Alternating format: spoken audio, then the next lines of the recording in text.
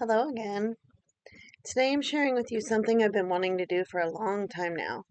Ever since I watched Jess Karp's 100 Animals Challenge video, I've been thinking about how much fun it looks. There's a few reasons I love this video so much. I love the variety of drawing so many different animals and using mixed media, which is one of my favorites. And of course, Jess's skills and imagination are amazing and so fun to watch. I particularly love the way she uses colors in ways I would not have thought of. So, the reasons that I decided to do this challenge are number one, Jess challenged her Patreons to do this, and so I am rising to the challenge. Number two, I love the variety in this project, and so I know I won't get bored. Number three, this is going to be a great Christmas gift for my grandson. I think he'll love it. Number four, I plan on making stickers out of some of my favorite animals and maybe a print of the poster if it turns out well. Number five, it'll be good practice for using alcohol markers and colored pencils in illustration. And number six, it just looks fun. Whew, that's a lot of reasons.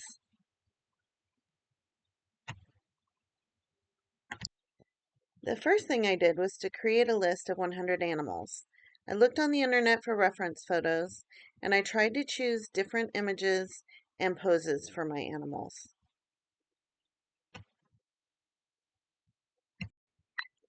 I wanted to be sure I had the layout and the composition just right. So I drew all the animals first on the board. I did it lightly, so unfortunately it didn't film very well, but I was pleased when the layout and composition just fell into place. If you've watched Jess's videos, you'll know that she always sets her intentions for her projects.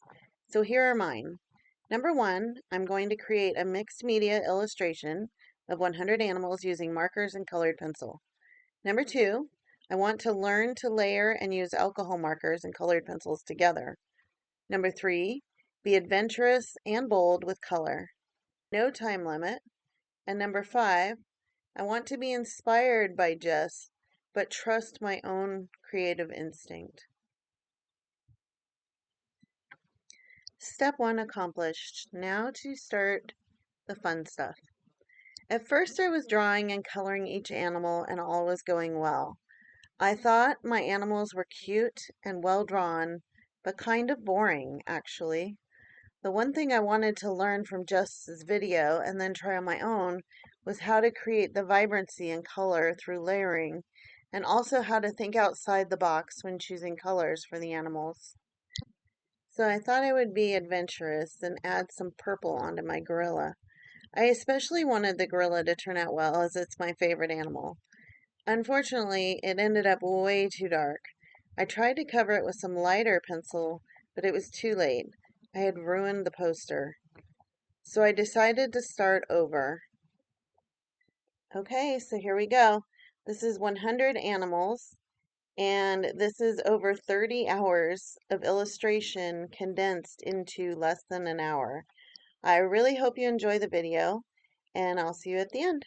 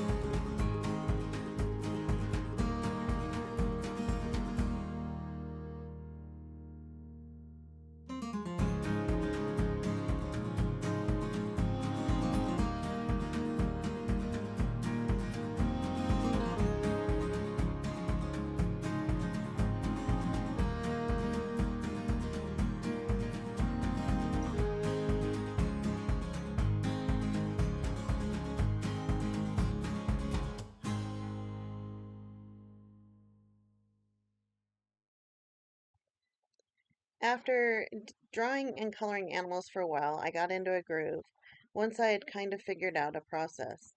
First, I would color a light layer for the whole animal. Then I would layer some shadows and contouring with a darker color. And then I would emphasize the darkest areas in the details. I really enjoyed this process, but it was definitely a lot of trial and error. One thing I regret is that I only used my smaller Ohuhu set of markers because it has brush tips. That limited the shades of each color, so I had a dark light and a light gray, but nothing in between, which was a mistake. I would color the shadows and it would be too dramatic, so then I would be trying to compensate by shading over with colored pencil, which I think I relied on too much.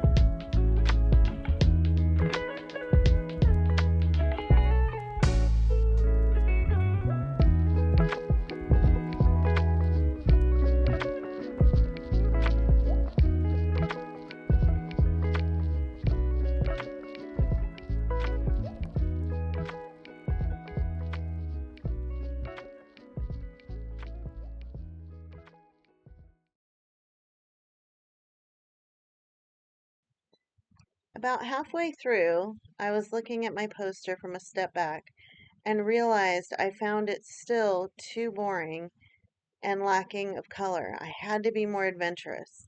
I had to be riskier with my choices of color. So I started occasionally checking in with Jess's video for inspiration. The only thing is that I had to make sure not just to copy her. One, for obvious reasons, and two, because it is important that I learn to think for myself and make my own decisions. Otherwise, I'm not really learning and I'm not growing.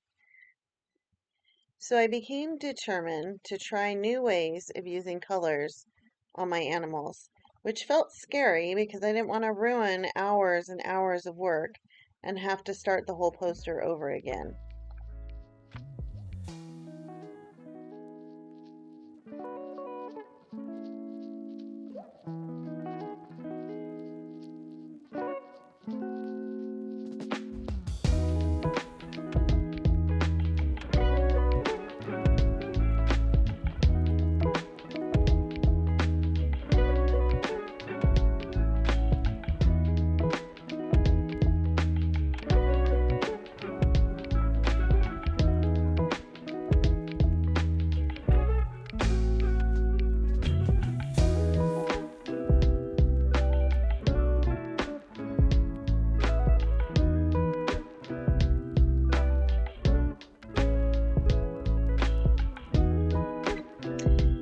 I really love the way this color layered over the other color, giving it lots of texture and light.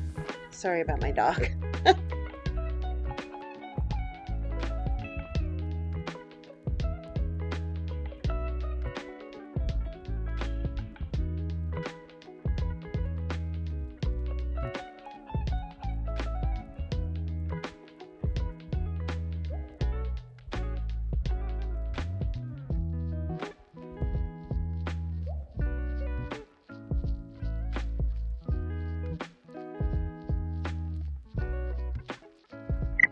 One thing I learned in this project is to appreciate taking the time for details, which is not my strong suit normally.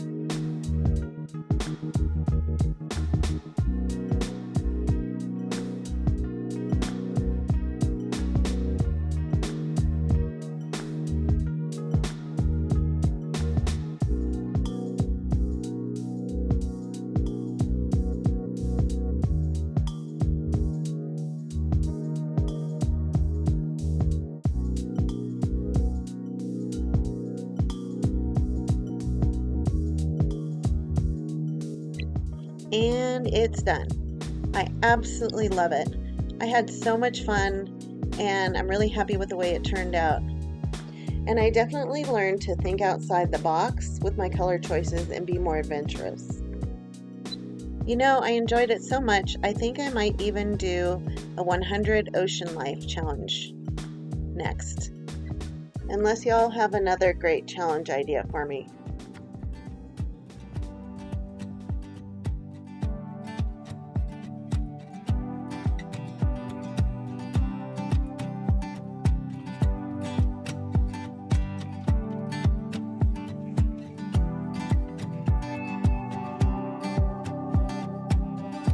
Well, I hope you enjoyed the video. Let me know in the comments which is your favorite animal, and like and subscribe, and I will see you on the next one. Thanks for watching.